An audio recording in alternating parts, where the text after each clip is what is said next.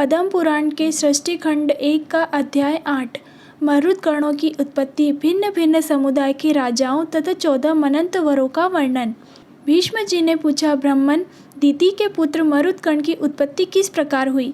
वे देवताओं की प्रिय कैसे हो गए? देवता तो दैत्यों के शत्रु हैं, फिर उनके साथ मरुत गणों की मैत्री क्यों कर संभव हुई? पुलत्स्य जी ने कहा, भीष्म, पहले देवासुर संग्राम में भगवान श्री विष्णु और देवताओं के द्वारा अपने पुत्र पौत्रों के मारे जाने पर दिति को बड़ा शोक हुआ। वे आर्त होकर परम उत्तम भूलोक में आए और सरस्वती के तट पर पुष्कर नाम के शुभ एवं महान तीर्थ में रहकर सूर्य देव की आराधना करने लगी। उन्होंने बड़ी उग्र तपस्या की। दैत्य माता दिति ऋषियों के नियमों का पालन करती और फल खाकर रहती थी। वे कद्रु, चंद्रायण आदि कठोर व्रतों का पालन कर तपस्या करने लगी। जरा और शोक से व्याकुल होकर उन्होंने 100 वर्षों से कुछ अधिक काल तक तप किया। उसके बाद वशिष्ठ आदि महर्षियों से पूछा, मुनिवरों, क्या कोई ऐसा व्रत भी है जो मेरे पुत्र शोक को नष्ट करने वाला तथा इहलोक और परलोक में भी सौभाग्य रूप फल प्रदान करने वाला हो? यदि हो तो बताइए। वशिष्ठ आदि महर्षियों ने ज्येष्ठ की पूर्णिमा व्रत बताया तथा दिति ने भी उस व्रत का सांगोपांग वर्णन सुनकर उसका यथावत अनुष्ठान किया। उस व्रत के महत्व से प्रभावित होकर कश्यप जी बड़ी प्रसन्नता के साथ दिति के आश्रम पर आए। दिति का शरीर तपस्या से कठोर हो गया था, किंतु कश्यप जी ने उन्हें पूर्ण रूप और लावण्य से युक्त कर दिया और उनसे वर मांगने का अनुरोध किया। तब दिति ने वर मांगते हुए कहा, भगवान, मैं इंद्र का वध करने के लिए एक ऐसे पुत्र की याचना करती हूँ जो समृद्धिशाली, अत्यंत तेजस्वी तथा समस्त देवताओं का संहार करने वाला हो। कश्यप जी ने कहा, शुभे, मैं तुम्हें इंद्र का घातक एवं बलिष्ठ पुत्र प्रदान करूँगा। तत्पश्चात कश्यप दिति के उदर में गर्भ स्थापित किया और कहा, देवी, तुम्हें 100 वर्षों तक इसी तपोवन में रहकर इस गर्भ की रक्षा के लिए यत्न करना चाहिए। गर्भिणी को संध्या के समय भोजन नहीं करना चाहिए तथा वृक्ष की जड़ के पास न तो कभी जाना चाहिए और न ठहरना चाहिए।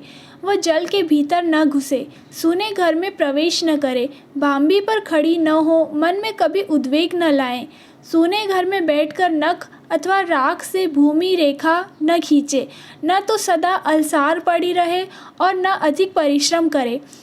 भूसी, कोयले, राख, हड्डी और खपड़े पर न बैठे, लोगों से कलह करना छोड़ दे, अंगड़ाई न ले, बाल खोलकर खड़ी न हो और कभी भी अपवित्र न रहे, उत्तर की ओर अथवा नीचे सिर करके कभी न सोए, नंगी होकर उद्वेग में पड़कर और बिना पैर धोए भी शयन करना मना है, अमंगल युक्त वचन मुंह से न निकाले, अधिक हंसी मजाक भी न करे, गुरुजनों के साथ सदा आदर का बर्ताव करे, मांगलिक कार्यों में लगी रहे, सर्व औषधियों से युक्त जल के द्वारा स्नान करे, अपनी रक्षा का प्रबंध रखें, गुरुजनों की सेवा करें और वाणी से सबका सत्कार करती रहे, स्वामी के प्रिय और हित में तत्पर रहकर सदा प्रसन्न मुखी बनी रहें, किसी भी अवस्था में कभी पति की निंदा न करें।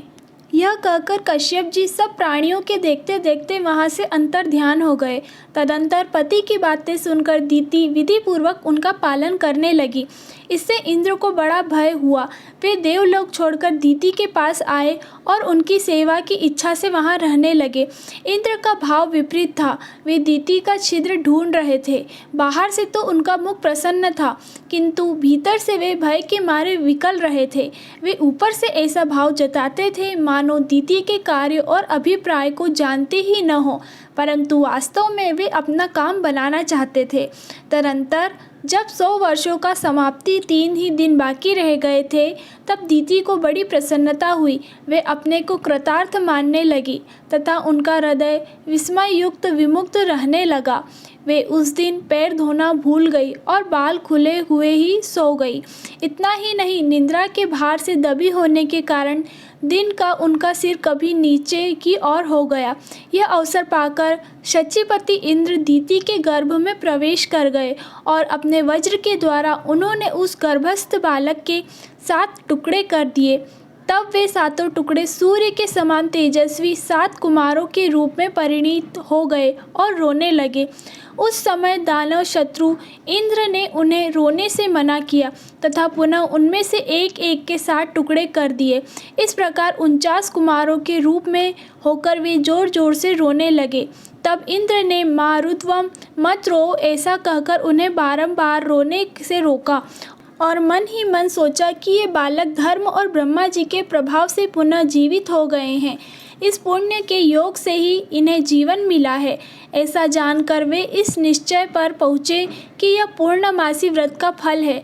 निश्चय ही इस व्रत का अथवा ब्रह्मा जी की पूजा का यह परिणाम है कि वज्र से मारे जाने पर भी इनका विनाश नहीं हुआ है। ये एक से अनेक हो गए हैं, फिर भी उदर की रक्षा हो रही है। इसमें संदेह नहीं है कि ये अवधव्य हैं, इसलिए ये देवता हो जाएं। जब ये रो रहे थे उस समय मैंने इन गर्भ के बालकों को माँ रुद्र कहकर चुप कराया, इसलिए ये मस्तु नाम से प्रसिद्ध होकर कल्याण के भागी बने। ऐसा विचार कर इंद्र ने दीति से कहा, माँ मेरा अपराध क्षमा करे, मैंने अर्थशास्त्र का सहारा लेकर यह दुष्कर्म किया है। इस प्रकार बारंबार कहकर उन्होंने दीति को प्रसन्न किया और मरुदगणों को देवताओं के समान बना दिया। तत्पश्चात देवराज ने पुत्र सहित दीति को विमान पर बिठाया और उनको साथ लेकर वे स्वर्गलोक चले गए। मरुदगण यज्ञ भाग के अधिकारी हुए। उन्होंने असुरों से मेल नहीं किया, इसलिए वे देवताओं के प्रिय हुए। भीष्म जी ने कहा, ब्राह्मण आपने आदि सर्ग और प्रतिसर्ग का विस्तार के साथ वर्णन किया, अब जिनके जो स्वामी हो उनका वर्णन कीजिए। पुलत्स्य जी बोले, राजन जब प्रतु इस पृथ्वी के संपूर्ण राज्य पर अभिषिक्त होकर सबके राजा हुए उस समय ब्रह्मा जी ने चंद्रमा को अन्न, ब्राह्मण, व्रत और तपस्या का अधिपति बनाया। हिरण्यगर्भ को नक्षत्र, तारे, पक्षी, वृक्ष, झाड़ी और लता आदि का स्वामी बनाया। वरुण को जल का, कुबेर को धन का, विष्णु को आदित्यों का और अग्नि को वसुओं का अधिपत्य बनाया। दक्ष को प्रजापतियों का, इंद्र को देवताओं का, प्रहलाद को दैत्यों और दानवों का, यमराज को पितरों का, शूलपाणी भगवान शंकर को पिशाच, राक्षस, पशु, भूत, यक्ष और वेताल राजाओं का, हिमालय को पर्वतों का, समुद्र को नदियों का, चित्ररथ को गंधर्व, विद्याधर और किन्नरों का, भयंकर पराक्रमी वासुकी को नाग का, तक्षक को सर्पों का, गजराज ऐरावत को दिनकर, गरुड़ को पक्षियों का, उच्च श्रवा को घोड़ों का, सिंह को मृगों का, सांड को गौओं का तथा लक्ष्य पाकड़ को संपूर्ण वनस्पतियों का अधीश्वर बनाया। इस प्रकार पूर्व काल में ब्रह्मा जी ने इन सभी अधिपतियों को भिन्न भिन्न वर्ग के राजपद पर अभिषिक्त किया। कौरव नंदन पहले स्वयंभू मनंतवर याम्य नाम से प्रसिद्ध देवता थे। मारीच आदि मुनि ही सप्त ऋषि माने जाते थे। अग्निध्र, अग्निबाहु, विभु, सवन, ज्योतिषी, युतिमान, हव्य, मेघा, मेधाति और वसु ये 10 स्वयंभू मनु के पुत्र हुए, जिन्होंने अपने वंश का विस्तार किया। ये प्रतिसर्ग की सृष्टि करके परम पद को प्राप्त हुए। यह स्वयंभू मनंतवर का वर्णन हुआ। इसके बाद स्वरोचिष मनंतवर आया। स्वरोचिष मनु के 4 पुत्र हुए, जो देवताओं के समान तेजस्वी थे। उनके नाम हैं नभ, नभस्य, प्रसूति और भावन। इनमें से भावन अपने कीर्ति का विस्तार करने वाला था। दत्तात्रेय, अत्रि, च्यवन, स्वतंभ, प्राण, कश्यप तथा बृहस्पति ये 7 सप्त ऋषि हुए। उस समय तुषित नाम के देवता थे। हविंद्र, सुकृत, मूर्ति, आप और ज्योतिरथ ये वशिष्ठ के 5 पुत्र ही स्वरोचिष मनंतवर में प्रजापति थे। यह द्वितीय मनंतवर वर्णन हुआ। इसके बाद उत्तम मनंतवर का वर्णन करूँगा। तीसरे मनु का नाम था औत्तमी। उन्होंने 10 पुत्र उत्पन्न किए, जिनके नाम है ईश, ऊर्ज, तनुज, शुचि, शुक्र, मधु, माधव, नभस्य, नभ और सह। इनमें से सह सबसे छोटा था। ये सब के सब उदार और यशस्वी थे। उस समय भानु संज्ञक देवता और ऊर्ज नाम के सप्त ऋषि थे। कोकिबिंडी, कुतुंड, तालभ्य, शंख, प्रवाहित, मित्त और सम्मिति ये 7 योगवर्धन ऋषि थे। चौथा मनंतवर तामस के राम से प्रसिद्ध है। उसमें कवि, पृथु, अग्नि, अकपि, कपि, जन्य तथा धामा ये 7 मुनि ही सप्तऋषि थे। साध्यगण देवता थे अलकष्म, तमोधन्वा, तपोमूल, तपोधन, तपोराशि, तपस्य, सुतपस्य, परंतम, तपोभागी और तपोयोगी ये 10 तामस मनु के पुत्र थे जो धर्म और सदाचार में तत्पर होकर अपने वंश का विस्तार करने वाले थे। अब 5वें रेवर्त वनंतवर वृत्तांत का श्रवण करो। देवबाहु, सुबाहु, पर्जन्य, सोमप मुनि, हिरण्यरोमा, सप्तशवा ये 7 रेवर्त मनंतवर के सप्तऋषि माने गए हैं। पुत्रजा तथा प्रकृति नाम वाले देवता थे तथा वरुण तत्वदर्शी, चितिमान, हव्य, कवि, मुक्त, नृत्सुक, सत्व, विमोह और प्रकाशक ये 10 रेवर्त मनु के पुत्र हुए जो धर्म, पराक्रम और बल से संपन्न थे। इसके बाद चाशुच मनंतवर में भृगु, सुदामा, विरज, विष्णु, नारद, विश्वान और अभिमानी ये 7 सप्तऋषि हुए। उस समय लेख नाम से प्रसिद्ध देवता थे। इनके सिवा ऋषि, पृथुग्यम, वारिमूल और दिव्यों का नाम के देवता भी थे। इस प्रकार चाशुच मनंतवर में देवताओं की 5 योनियाँ थी। चाशुच मनु के 10 पुत्र हुए जो रूर आदि नाम से प्रसिद्ध थे। अब 7वें मनंतवर का वर्णन करूँगा जिसे वैवस्व मनंतवर कहते हैं। इस समय वैवस्व मनन्वंतर ही चल रहा है। इसमें अत्रि, वशिष्ठ, कश्यप, गौतम, योगी, भारद्वाज, विश्वामित्र, जमत, अग्नि 7 ऋषि ही सप्तऋषि हैं। ये धर्म की व्यवस्था करके परम पद को प्राप्त होते हैं। अब भविष्य में होने वाले सावर्ण्य मनंतवर का वर्णन किया जाता है। उस समय अश्वत्थामा, ऋषिभूम, कौशिक्य, गालव, शतानंद, काश्यप तथा परशुराम ये सप्तऋषि होंगे।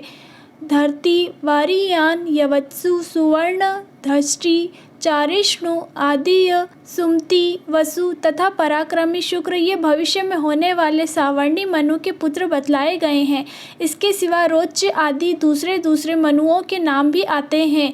प्रजापति रुचि के पुत्र का नाम रोच्य होगा। इस प्रकार भूति के पुत्र भौत्य नामक के मनु कहलाएंगे। तदंतर मेरु सावर्णी नामक मनु का अधिकार होगा। वे ब्रह्मा के माने गए हैं। मेरु सावर्णी के बाद क्रमशः पुत्र ऋषि, वित्थामा और विश्वक्सेन नामक मनु होंगे। राजन, इस प्रकार मैंने तुम्हें भूत और भविष्य के मनुओं का परिचय दिया है।